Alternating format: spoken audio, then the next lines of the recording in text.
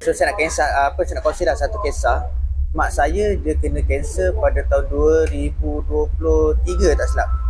Kalau tak silap saya, okay, betul awal tahun 2023, di mana dia dapat stage 2 kanser, breast cancer lah, stage 2.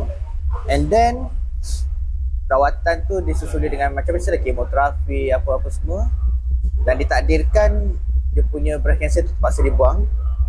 Dan akhirnya awal tahun 2024, lepas buat PET scan, mak saya terkejut lah sebab kanser tu dah beralih. Kanser dekat breast tu dah tak ada sebab dah buang, tapi dia dah beralih pergi ke bahagian paru-paru.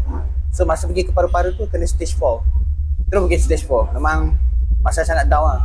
Waktu tu saya tak kena genotrika lah sebab saya pun tak ambil lagi kan. Masa saya kena PCL lah itu, waktu saya kena PCL lah itu pun saya ambil genotrika ni, saya tak bagi tahu mak saya lagi sebab mak saya ni dia jenis, yelah, orang dalam keadaan kemo, orang sedih, dia payah nak menerima satu-satu perkara tu, melainkan ada bukti, proven. Biasanya pergi rawatan selain pada hospital, pergi rawatan tradisional pun sebab kawan-kawan dia yang pernah kena kanser, dia cerita pada kawan-kawan dia cerita, okey dia pergilah.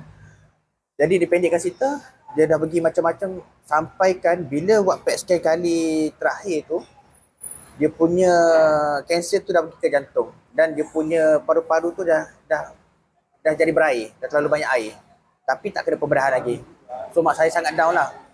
Sampaikan doktor kata, okey Puan Zura, kali ni Puan kena ambil satu dos kemoterapi, satu dos yang lebih kuat sikit. Satu botol 18,000.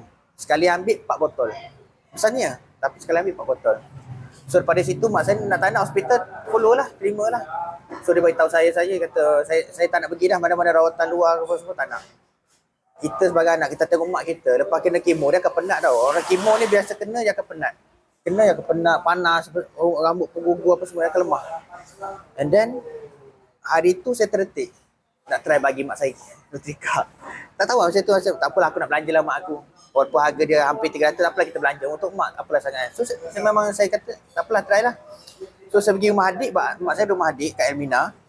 Saya bagi kat mak, kata Mami, cuba Mami ambil nutrika ni. Ni produk apa? Try Mami ambil sebab ada yang dah pakai ni. Ni bukan suplemen, ni functional food, try dia. InsyaAllah tak ada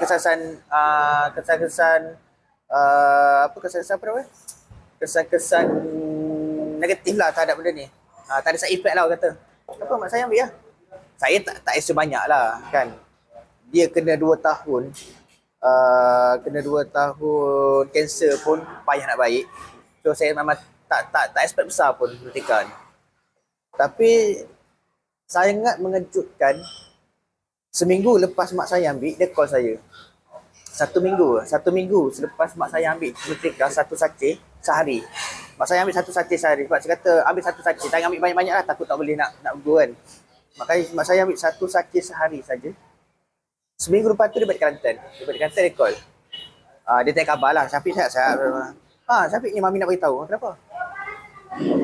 Alhamdulillah lah. Lepas Mami makan tu, Mami tak sepenat langsung. Pertama.